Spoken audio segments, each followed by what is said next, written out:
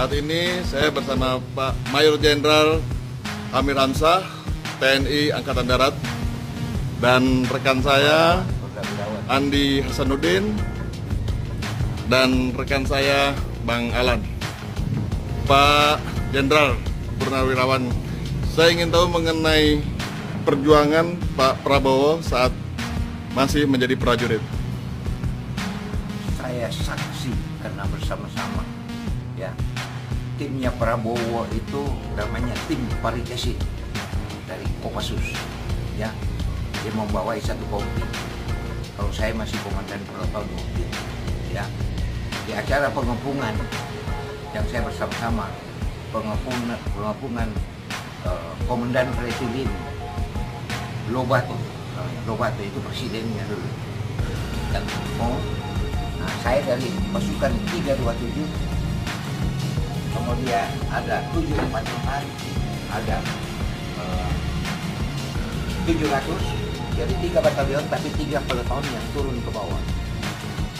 Pak Prabowo sebagai pasukan pemukul, ya. Saya saksi sehingga Lobato tertangkap. Itu ada di sejarah TNI. Nah, saya melihat Prabowo bahwa dia orang memang untuk negaranya, karena dia adalah mantu presiden, masih mau terjun bersama prajurit yang lain yang bukan apa-apa. Dia mantu presiden, dia tidak usah bertempur, pangkatnya masih naik, ya. Apakah beliau di depan medan perang atau? Sama-sama di medan pertempuran, karena waktu itu komandan peleton, komandan kompi. Yang tidak di depan cuma komandan batalion. Jadi beliau tidak takut dengan peluru? Bukan tidak takut, semua orang takut sama peluru. Tetapi ada ilmu di tentara bagaimana mendekati musuh. Itulah yang dilatihkan di Kopassus, di Satuan Infanteri Khusus, ya. Sehingga bisa kita menghabiskan atau menembak mati Lobato.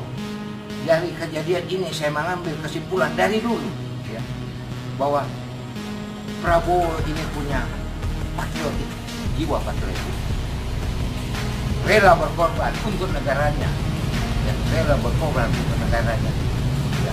Ini yang saya ambil kesimpulan, karena dia masih mau turun terjun ke bawah, mengorbankan, dan resiko korban itu sangat besar karena hujan peluru kalau kita kontak. Alhamdulillah dia masih selamat dan mencalonkan diri. Jadi kalau ada yang meragukan Prabowo, saya saksi dulu, ya. Sama-sama komandan Proton, komandan kompi daerah operasi Timur Timur itu tahun 79, tahun 79. Dekat tangkapnya Lobato itu kalau nggak salah tahun 80, ya. Nasionalisme yang tinggi. Nasionalis dan kesatrianya, berani mengorbankan dirinya untuk kepentingan rakyatnya dan negaranya, karena itu perintah negara. Itu yang perlu saya tambahkan. Apakah perlu saya tambahkan lagi dengan jenderal-jenderal yang suka menjelek-jelekkan Prabowo?